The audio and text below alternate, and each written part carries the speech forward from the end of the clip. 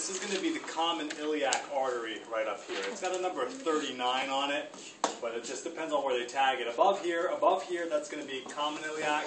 Below that, below where it branches off, this is going to be external iliac. So write that down, common iliac artery and external iliac artery on your list. What are the numbers? 39, but if you look really closely, you see 39 is right in the middle, so I can't tell you which one it represents. So above it, that's definitely common. Below it is definitely external iliac artery. Just make sure you understand that. Okay. The number is right in the middle. Now, once the common iliac artery divides, we have the external iliac artery here, but we've got to go onto the inside here, and number 40 represents the internal iliac artery.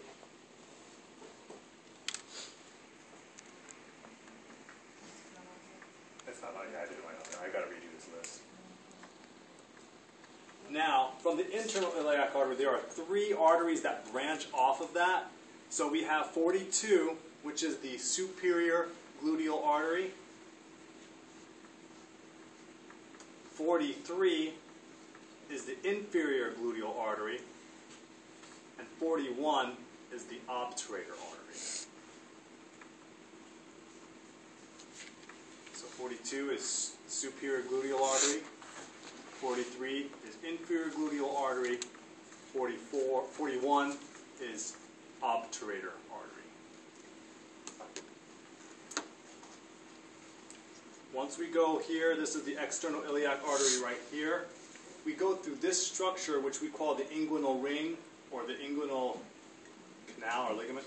Inguinal ring, once it passes through here, the external iliac artery now becomes number 45, which is the top of your list, which is the femoral artery. 45. Running next to the femoral artery is the femoral vein, so this gray-like structure. I don't know if that it doesn't have a number. And then you can see 45A, it's been chopped off, but this represents the great saphenous vein, if you remember that. That's one that they strip when you have bypass surgery. They've never tagged 45A here, but that would be the great saphenous vein. Question for you here. Here's 39A. If they tagged right up here, what vein would this probably be if I tagged it here? It's above, so it's going to be the external iliac vein.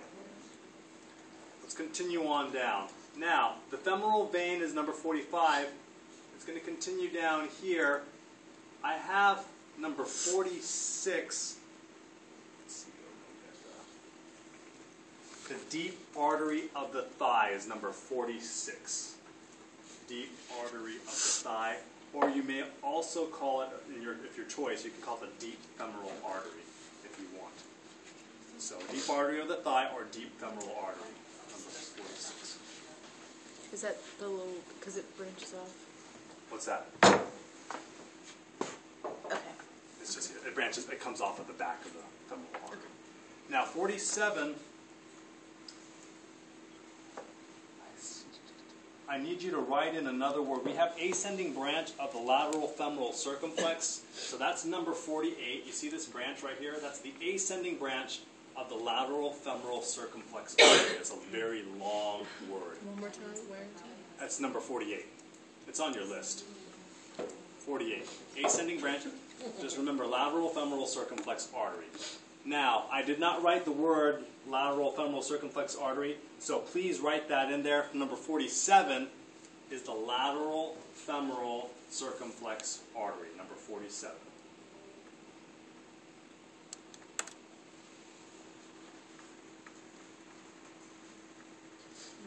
One more time. Number 47 is the lateral femoral circumflex artery, LFCA. Can we just use that? No. Don't we wish? So the lateral femoral circumflex artery, or the LFCA, has several branches. You can see you've got 48, which is the ascending branch of the lateral femoral circumflex artery. 47 is the lateral femoral circumflex artery. You see this branch coming down here? What do you think this is called? The descending. The descending branch of the lateral femoral circumflex artery. There is no number for that. It's just going down the femur. You all see that? Now, there's one more. I've got to flip the leg around now. It's number 50 here on the back of the leg. That is the transverse branch of the lateral femoral circumflex artery. Number 50. 50 is the lateral, transverse branch of the LFCA. There is one right above it that I'm going to point to right here. Number 49. That is the medial femoral circumflex artery. Have mercy. Yeah. This one's a tricky one. It's a lot of words. So, all right. Any questions? So I'm going to start again from the top. If I tag here, it's common iliac artery. Moving down here, it's the external iliac artery and vein. Number 40 is the internal iliac artery, and there are three major arteries coming off of that, which is number 42, the superior gluteal artery. 43 is the inferior gluteal artery, and 41, this one coming forward, is the obturator artery. Once these vessels come here through the inguinal ring or the inguinal ligament, it now becomes the femoral artery and vein right here. 45A, this little piece that you see here, is the great saphenous vein that we use for bypass surgery. As you travel down the femoral artery, we have number 46, which represents the deep femoral artery of the thigh, or the deep artery of the thigh, or you may call it the deep femoral artery.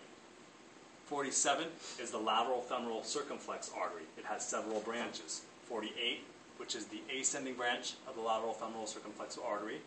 This branch coming down the leg is the descending branch of the lateral femoral circumflex artery. Turn it around. Number 50 is the transverse branch of the lateral femoral circumflex artery, and number 49 up here is the medial femoral circumflex artery. All right, that's all that. Now we're going to continue on.